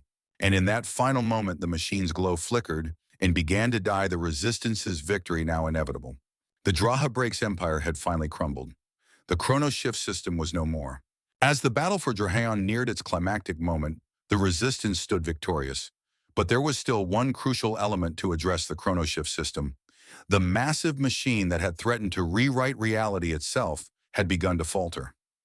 The light emanating from its core, which had been pulsating with energy, slowly began to dim, and the humming sound that had filled the air grew faint. The Resistance had succeeded in their objective. The system was beginning to shut down, but there was one question left: why Seraphim, who had been watching the system's power readings closely, suddenly froze. His eyes widened as he checked the console again. The energy levels had dropped drastically. The system had been absorbing power for centuries, and now it was only 0.3% away from completion. The machine was almost there, but something was wrong. The readings were decreasing at an alarming rate. "The energy is dissipating," Seraphim muttered under his breath. "It should be fully charged by now." Then a loud, disturbing sound echoed through the comms, an ominous hum, as if something deep within the system was failing. The Resistance's final objective was nearly complete, but a sinking feeling gnawed at Seraphim. At that very moment, the lead commander of the Draha Break forces, General Kalen, the supreme leader of the Draha Break, collapsed. The suddenness of the event sent shockwaves through the command center. Kalen, once a figure of unshakable authority and strength, now lay motionless, his life force fading away. His body seemed to wither almost immediately, and his once steely gaze had turned lifeless. Monroe and Drax, witnessing this, immediately realized the implications. Seraphim's face was grim as he looked at them, understanding dawning in his eyes. "It's over," Seraphim said, his voice barely audible. Kalen, he was tied to the chrono shift system. His life force was directly linked to the machine's energy core. When the system began to fail, his life began to drain with it. The system's collapse is linked to his death. The truth came crashing down. The supreme leader of the Draha break had bound his very existence to the chrono shift system to fuel its operation. In a twisted form of sacrifice, he had linked his life to the machine to generate the last surge of energy it needed. In his desperation to win to reshape the universe, he had paid the ultimate price. When the chrono shift system was destroyed, his life had ended as well. Seraphim closed his eyes for a moment, processing the magnitude of it all. Kalen made the ultimate gamble. He thought his death would empower the chrono shift system, that he could become the power that would reshape everything. But in the end, it was his arrogance that led to his downfall. It was the same arrogance that led the Draha break to underestimate humanity.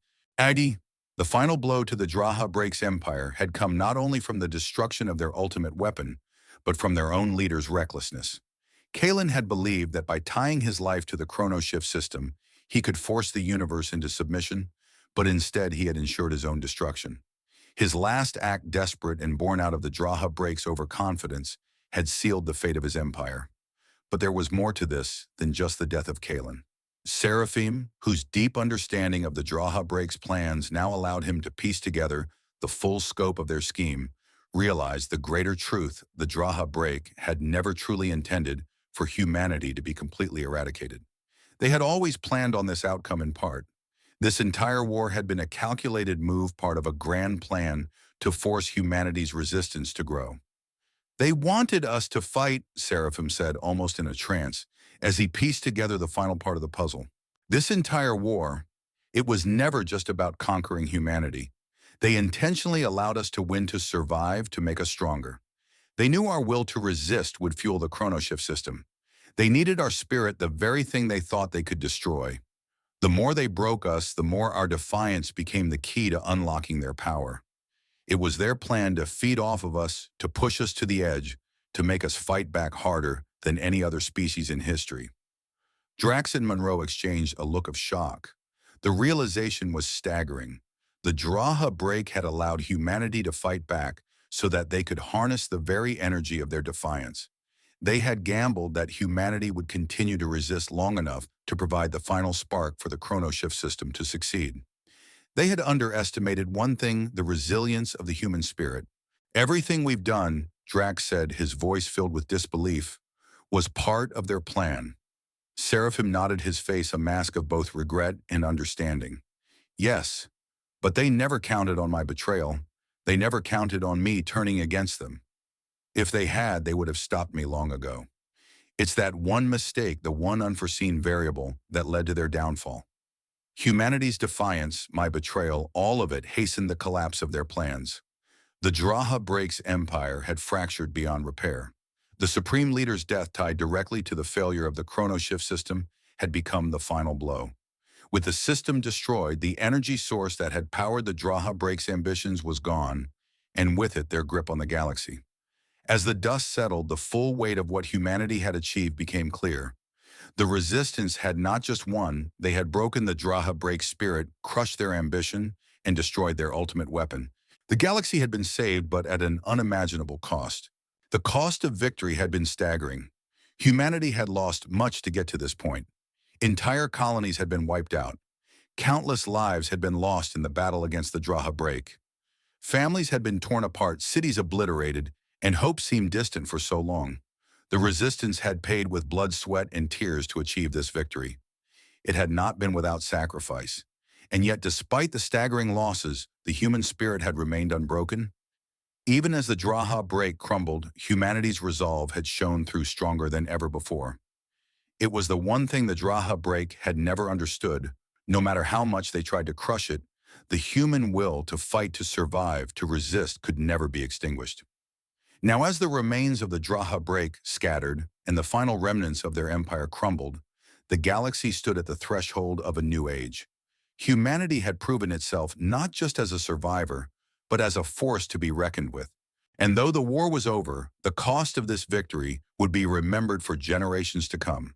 For Victor Drax, Hannah Monroe, and the countless others who had fought the victory was bittersweet. They had defeated the Draha break, but they had lost so much along the way. The human race had survived, but at a price. It was a price they would carry with them forever, a reminder of the sacrifices made the lives lost, and the spirit that had won them their freedom. The fall of the Draha break was as swift as it was devastating. After centuries of dominating the galaxy, the once mighty empire had been shattered in a matter of months.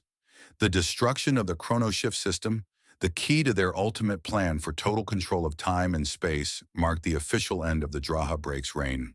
The death of Supreme Leader Kalen, tied directly to the system's collapse, sealed the fate of the Draha break. Without their supreme leader, the empire had lost its heart, and the remaining fragments of their military and political structures crumbled. The human resistance under the leadership of Drax Monroe and Seraphim had struck decisively, wiping out the Draha break's military infrastructure, cutting off their supply lines and decimating their fleets. But it wasn't just military force that had toppled the Draha break, it was the very will of the human spirit that had brought them to their knees. What had started as a struggle for survival had become a full-scale rebellion that turned the tide of the war. The resistance's success had not only been a victory of arms, but of ideology, a statement to the galaxy that no empire, however powerful, could ever crush the soul of humanity. As the last remnants of Draha break power collapsed, the galaxy watched in awe as the once dominant empire fell into chaos. Planets that had been enslaved for generations, including entire star systems that had been subjugated under the Draha break's iron fist, now began to break free. The human resistance, now recognized as the galaxy's new power, established a new order, one based on freedom, justice, and rebuilding the fractured galaxy. Humanity's rise to power was not instantaneous. It was forged in the fires of battle and the bloodshed and sacrifice that had marked every stage of their war. But with the Draha break's collapse, humanity's position as the dominant force in the galaxy was now unquestioned. The once dominant species, the Draha break, were now relegated to the status of a broken empire, their military and political power stripped away. No longer could they terrorize the galaxy with their vast fleets or their ruthless conquests. The Resistance's victory had turned humanity into the new power in the galaxy, and they would now play the role of the masters, the ones who would help rebuild a galaxy that had long been in the grip of tyranny. The immediate aftermath of the Draha break's fall was chaos. With no central leadership, the Draha break's once powerful military leaders were now without direction, their loyalty to a dead empire rendered meaningless. Many of the Draha break's survivors faced an uncertain future, unsure of their place in the new galaxy that was rising from the ashes. The surviving leaders and soldiers of the Draha break were forced to come to terms with their defeat. For some it meant surrender and seeking refuge in the galaxy's more neutral sectors, where they hoped to escape the judgment of the new powers. For others it meant facing justice for the atrocities they had committed during their reign. The most powerful remnants of the Draha break were its generals and military commanders. The names of Tiberon Korath and other high-ranking officials still carried weight among the shattered remnants of their forces. These once feared leaders now had to contend with the reality of their defeat and the inevitable consequences of their actions. Tiberon, the once unyielding general who had led the Draha break's forces with ruthless efficiency, was captured by human forces after a daring operation by the Resistance. His once mighty fleet was scattered and broken, and he was brought to the newly formed Human High Council to stand trial. He was found guilty of countless war crimes, mass genocide, enslavement, and the destruction of entire civilizations. The council debated his fate long and hard, but the decision was inevitable. Tiberon was sentenced to life in exile, sent to a distant barren world where he would live out his days in isolation. Korath, once the most brilliant tactician in the Draha break's arsenal, fared differently.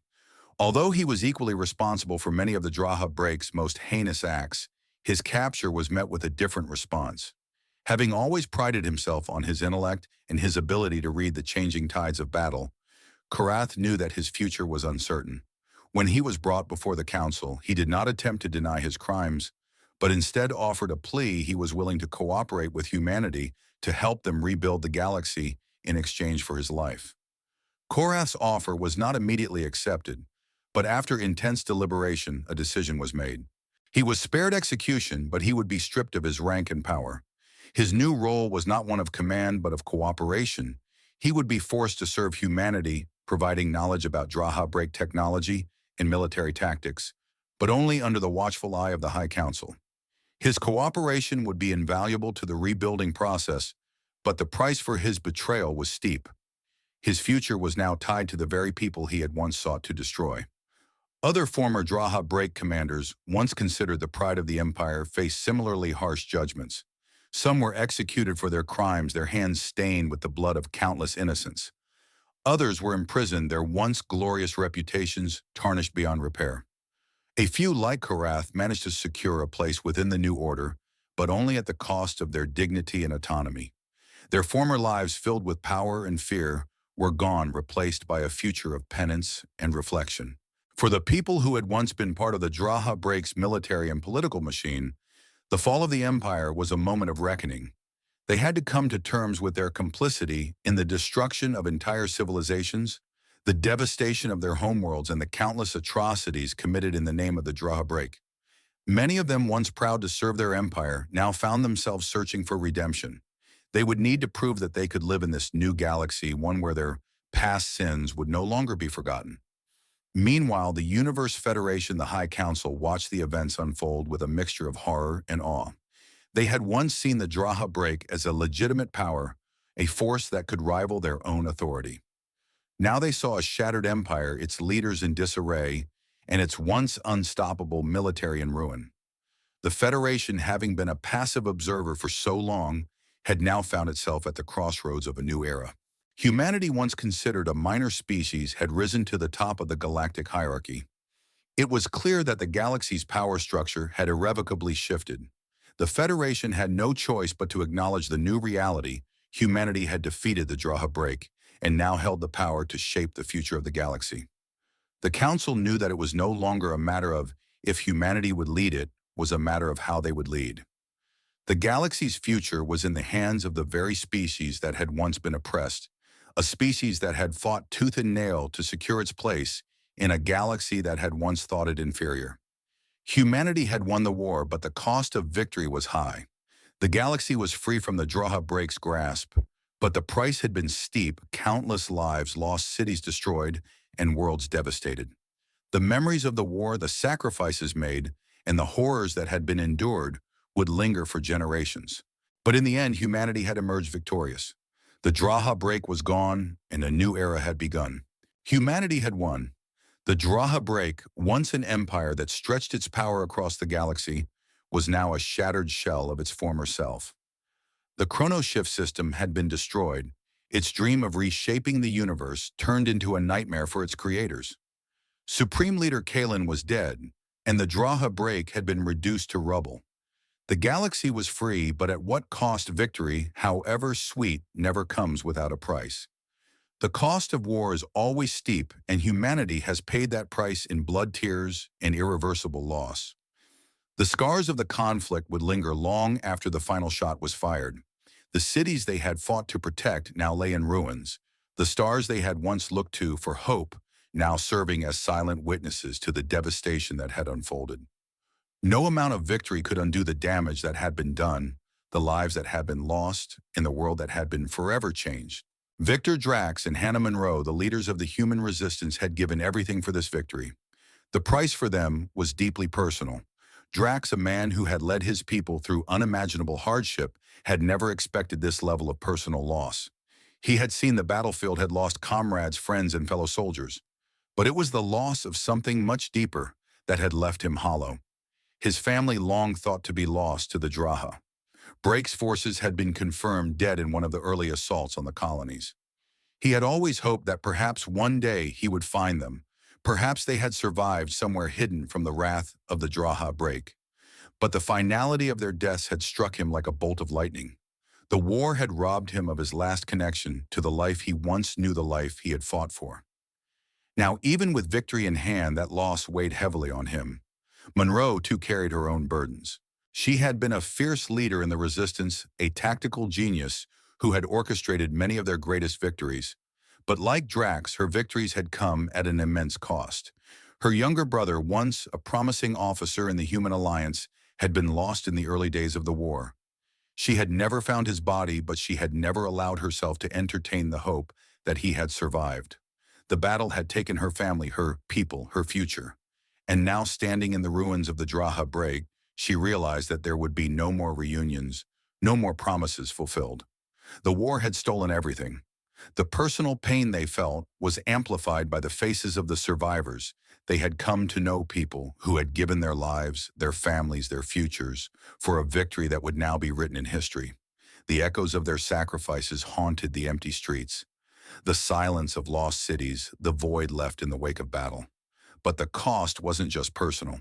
It was societal. Humanity had won, yes, but at the cost of their own innocence. The war had forced them to become something they were not, to take up arms, to sacrifice their values, and to destroy everything in their path. The destruction of the Draha Break was not just a blow to their enemies, it was a blow to humanity itself. The line between right and wrong had blurred, and there was no undoing what had been done. In the fight for survival, humanity had become a reflection of the very empire they had fought against. The remnants of the war, its aftermath, were everywhere. In every face that had lost loved ones, in every colony reduced to ash, in every community torn apart, the war had left a permanent mark. The survivors, while free now, had to face the burden of rebuilding from the ashes of their past. And yet it wasn't just humanity that had been shaped by the war. The galaxy itself had changed. The once immense Draha Break had been reduced to a broken, fractured remnant with no clear leader or vision. The other species who had been under Draha Break rule now found themselves in the chaotic aftermath with no guidance and no one to lead them. The galaxy, once a dark and oppressive place, now seemed filled with uncertainty. What would become of the liberated planets? Would they fall into chaos, or would they rise to rebuild? It was unclear. The Universe Federation, too, had been forced to reevaluate its role. Once an observer of galactic politics, it now found itself in a position of power. Would they accept humanity's newfound status as the galaxy's dominant force? Could they trust the very species that had once been subjugated to now lead the galaxy in a new direction? The Federation was divided, with some members advocating for cooperation and unity, while others feared that humanity's rise could lead to a new form of oppression. The price of war in the end was not just measured in bodies or broken cities, it was measured in the changes it wrought on every aspect of existence. The galaxy, once bound by the Draha Break's iron grip, was now a place of uncertainty and transition. The war had shattered the old order, but it had also opened the door to new possibilities. The survivors, human and alien alike, would have to decide what kind of future they would create from the rubble of their past. And as the survivors of the resistance looked out over the wreckage, they were faced with a daunting question: what now? The victory was theirs, but at what cost? The death of the Draha Break was only the beginning. There was no going back to what had been before. Humanity had secured its place at the top of the galactic hierarchy, but now they had to reckon with the consequences of their actions. Drax, standing on the edge of a broken world, looked out over the horizon. He had led humanity through the fire, but what came next? The battle had been won, but the war for the soul of the galaxy was only just beginning. Monroe, standing beside him, spoke quietly as if reading his thoughts. We won, but we lost so much along the way. Can we ever truly rebuild what we've lost? Drax didn't have an answer. All he could do was look at the horizon, the ruined world before them, and silently acknowledge the price they had paid. The war had ended, but the scars would never fade. Humanity had won, but the price of that victory was steep and irreparable loss that would echo through the stars for generations to come. The end of the Draha Break was not the end of the struggle, it was the beginning of something new. For humanity, the war was both a trial and a rebirth. After everything they had lost, they stood on the precipice of an entirely new future, one that was filled with both hope and uncertainty. The shattered remnants of the Draha Break, once the most powerful empire in the galaxy, lay in ruins, and from those ruins, humanity began to rebuild. Humanity's recovery was swift, but it was not easy. The destruction left in the wake of the war was immense. Entire colonies had been wiped out, cities had been reduced to rubble, and the scars of the conflict were deep. Yet in the face of all this devastation, humanity's resilience was unshakable. The human spirit that had fueled the resistance, unrelenting, defiant, and proud, was now the foundation upon which the new era would be built. Drax and Monroe, once leaders of the resistance, now found themselves in positions of leadership in the new government. They were not rulers, but symbols of everything humanity had endured and triumphed over. Their vision was not of domination, but of a galaxy united by hope, freedom, and the will to build something better. "We've come a long way," Drax said, his voice thoughtful, as he stood looking out over the rebuilding cityscape of a former Draha break colony. "But this isn't just about rebuilding what we lost. It's about creating something better, something that lasts." Monroe, standing beside him, nodded. "We can't let the ghosts of the past define us. We're not just rebuilding cities, we're rebuilding hope. We have the chance to show the galaxy that it's possible to rise from the ashes." The recovery process began with the restoration of the most devastated colonies, and it was driven by a blend of human ingenuity and compassion. Humanity had been forced to evolve during the war to innovate on the fly, and now that same creativity would guide them through the rebuilding process. New cities were constructed with the most advanced technology available, but they were also designed with an eye toward sustainability. The focus was not just on regaining lost ground, but on creating a future that would be better than the past. Monroe was overseeing the construction of a new city on the remnants of an old Draha break stronghold. "We've learned so much from this war," she said to a group of engineers and city planners gathered around a large holographic map. "We've seen what unchecked power does to civilizations. Our cities, our systems, will be built with cooperation at their core, not control. It's time for a new way of life." The technology that humanity had developed during the war, including advancements in energy systems, medical care, and interstellar travel, was now repurposed for peaceful use. The chronoshift system, once the Draha break's most terrifying weapon, had been dismantled, but its core principles had left humanity with knowledge that could alter the course of their future. Instead of harnessing the energy to destroy humanity, began using it to create new energy sources, faster than light travel, and medical breakthroughs that saved countless lives. Humanity's ingenuity and the lessons learned from the war allowed them to leap forward technologically far beyond what had been possible before the conflict. "We're not just rebuilding," Drax remarked one evening, watching a group of children play in a park built on land that had once been a battlefield. "We're creating a future where we don't just survive, but thrive." Economically, the rebuilding process was a long one. The loss of resources and infrastructure was staggering, but it also presented an opportunity for humanity to reshape their economic systems. The old models of exploitation and dominance were no longer viable. Instead, the new government focused on cooperation, rebuilding shattered trade networks, and restoring intergalactic commerce with fairness and sustainability. What had once been a galaxy ruled by the iron fist of the Draha break was now a place where many species once oppressed found themselves with the freedom to grow and prosper. Monroe, as a leader of the new government, addressed a crowd of representatives from many different species. "We're not just creating a new government, we're creating a new galaxy," she said with a determined voice. "One built on the principles of equality, cooperation, and mutual respect. Together we have the power to ensure that no one human or alien ever suffers under the yoke of tyranny again." The new era was not without its challenges. The wounds of war ran deep, and not all those who had been freed from the Draha break's grip were ready to embrace the future. Many former Draha break soldiers and officials had lost everything: family, power, status. For some, the New World Order was an unforgivable betrayal of their former lives. Yet even in the face of such resistance, humanity's leadership proved strong. The human capacity for forgiveness, for rebuilding, for starting anew, became the cornerstone of the new order. Those who sought redemption were given a chance to contribute to the future of the galaxy. Some, like Korath, offered their expertise to help in the rebuilding, while others faded into obscurity, struggling to find their place in the new galaxy. "Some of them will never forgive themselves," Seraphim said to Drax and Monroe, his face reflecting both sorrow and understanding. But forgiveness is not for us to give. It's for them to find within themselves. All we can do is show them the path to redemption and hope they choose it. The shadow of war was never far away, however. Though humanity had emerged victorious, the memories of the battles fought, the lives lost, and the suffering endured remained in the collective consciousness. The galaxy was now at peace, but the scars of the past would never truly fade. The knowledge of what the Draha break had been capable of, the horrors of the chrono shift system, and the toll of the war would never be forgotten. I wish there was a way to erase all of this, Drax admitted quietly, looking at the sky as a new dawn broke over the horizon. But I know that the past has shaped us. We can never forget what we lost, but we can honor it by ensuring that it never happens again.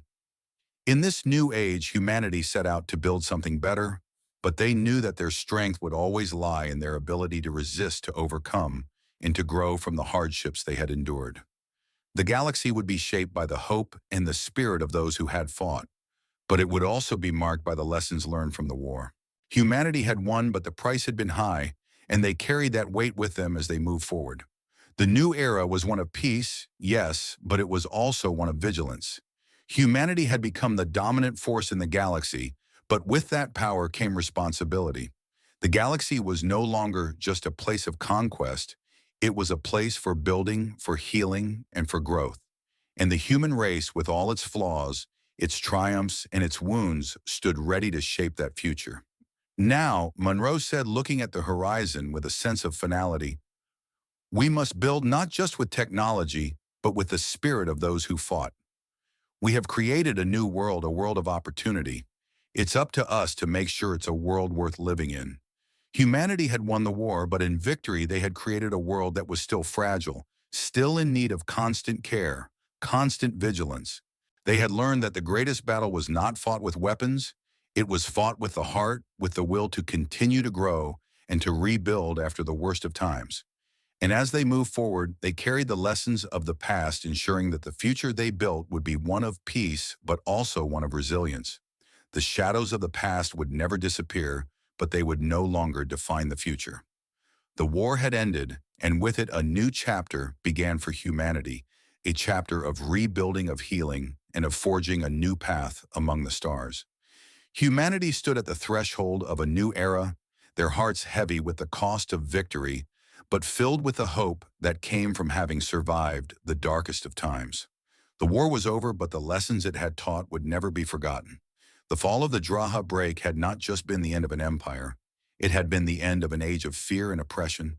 Now, under the leadership of those who had fought for freedom, the galaxy had the chance to rebuild, to heal, and to forge a future where peace and hope would replace the legacy of tyranny. Victor Drax and Hannah Monroe, once the leaders of a fractured resistance, now found themselves at the helm of a new galaxy. Their hearts still carried the weight of loss, but in their eyes burned the fire of a people who had risen from the ashes of war to reclaim their place in the stars.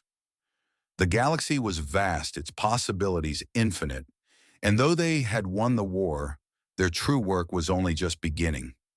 But even as they looked toward the future, the memory of the struggle, the sacrifices made, and the cost of victory would linger in their hearts.